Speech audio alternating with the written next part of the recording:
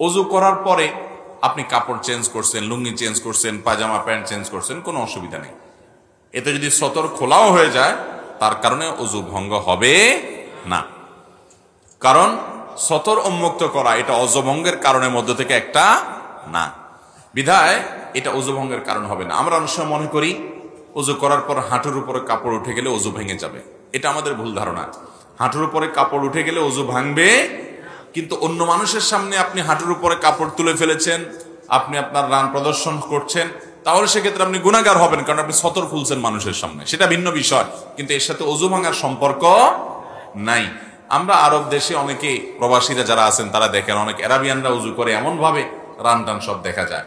তো কোন কোন মাযহাবে রান সতরের অন্তর্ভুক্ত না, তারা সেই অনুযায়ী আমল করে, কিন্তু বিশুদ্ধ মত অনুযায়ী এবং জমহুর উলামাদের মত হলো যে রান সতরের অংশ, এবং হানাফি মাযহাবেও তাই। সেজন্য রান বা হাঁটুর উপরের অংশ যেন প্রদর্শন না হয় সেটা সবসময় খেয়াল রাখতে হবে, ওযু থাকুক আর